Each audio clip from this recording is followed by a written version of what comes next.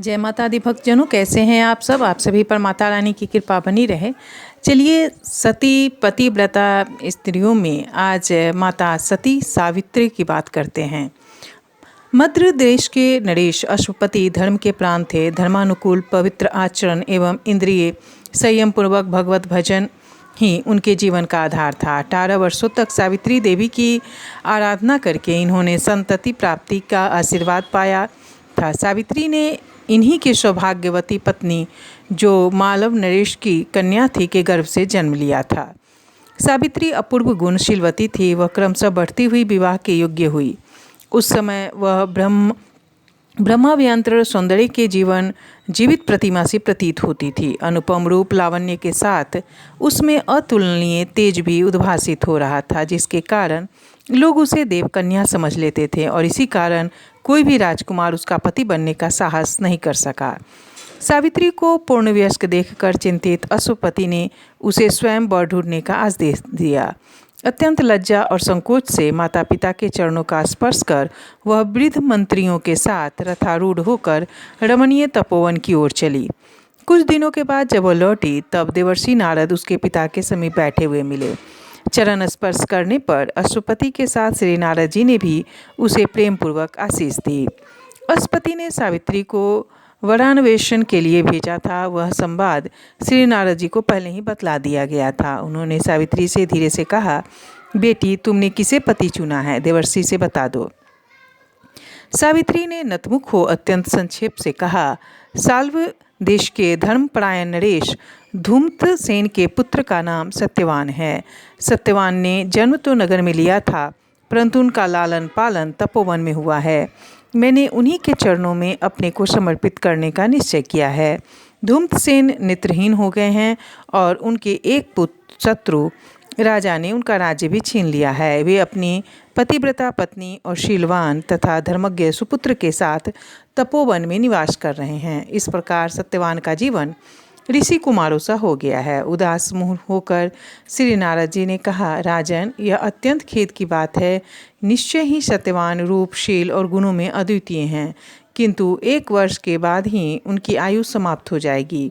वे इस लोक में नहीं रह सकेंगे। अश्वपति बोलना ही चाहते थे कि धर्मज्ञा सावित्री ने तुरंत कहा, पिताजी, सत्यवान दीर्घायु हो अथवा अल्पायु, गुणवान हो अथवा निर्गुण, मैंने एक बार उन्हें अपना पति स्वीकार कर लिया है। अब दूसरे पुरुष को मैं नहीं वर सकती। सावित्री का निश्चय सुन लेने पर देवर्षि नारद जी ने अश्वपति से कहा, राजन, सावित्री बुद्धिमती और धर्माश्रया है। आप इसे सत्यवान के हाथों सौंप दे। देवर्षि चले गए। अश्वपति समस्त वैवाहिक सामग्रियों के साथ धूम्रसेन के आश्रम पर पहुँचे। धूम्रसेन ने उनका यथोचित सत्कार किया। वे सावित्री के गुणों पर मुग्ध होकर अश्वपति का आग्रह नहीं टाल सके। उसी तपोवन में सावित्री का परिणय सत्यवान के साथ विधिपूर्वक हो गया। अत्यधिक वस्त्राभूषण देकर अश्वपति विदा हुए। पिता के जाते ही सावित्री ने आभूषण आदि उतारकर वनोचित वस्त्र धारण कर लिए। वह तपस्विनी हो गई। उसने अपने सद्गुण, विनय और सेवा के द्वारा सास ससुर के मन पर अधिकार कर लिया। वह सास ससुर की आंखों की पुतली बन गई। पति तो उसे प्राण की तरह प्यार करते ही थे।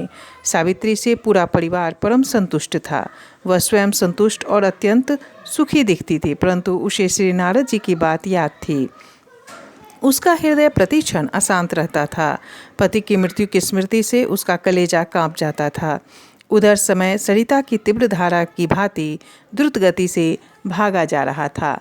धीरे धीरे वह समय भी आ गया जब सत्यवान की मृत्यु के 4 दिन शेष रह गए थे। पति प्राणा सावित्री अधीर हो गई थी। उसने 3 रात्रि का निराहार व्रत धारण किया। चौथे दिन उसने प्रातःकाल ही सूर्यदेव को अर्घ्य दान देकर सास ससुर तथा ब्राह्मणों का शुभ आशीर्वाद प्राप्त किया।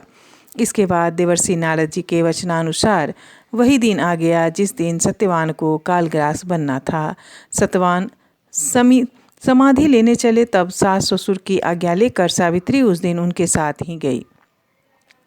वन में थोड़ी लकड़ी भी वे नहीं ले पाए थे कि उनका सिर चकराने लगा। सिर की असह्य पीड़ा के कारण सत्यवान सावित्री की गोद में लेट गए।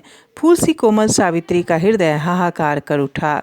उसने देखा सामने लाल वस्त्र पहने श्यामकाय एक देव पुरुष खड़े हैं। चकित होकर उसने प्रणाम किया तो उत्तर मिला, सावित्री, मैं यम हूँ। तुमने अपने कर्तव्य का पालन किया है, अब मैं सत्यवान को ले जाऊंगा, इनकी आयु पूरी हो गई है। यम सत्यवान के सूक्ष्म शरीर को लेकर आकाश मार्ग में चल पड़े। अधीरा सावित्री भी उनके पीछे लग गई।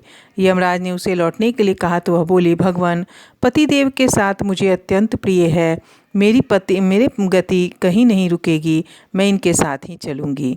सावित्री की धर्मयुक्त वाणी सुनकर यम ने उससे सत्यवान को छोड़कर अन्य वर मांगने के लिए कहा तो सावित्री ने अपने ससुर की नेत्र ज्योति मांग ली, पर फिर भी उनके साथ चलती रही। यम ने उनके कष्ट को देखकर कहा, अब तुम लौट जाओ, पर उसने उत्तर में कहा, पति के साथ आपका दुर्लभ संग छोड़कर मैं नहीं जा सकूंगी। यम ने पुनः उससे सत्यवान के अतिरिक्त वरदान मांगने के लिए कहा।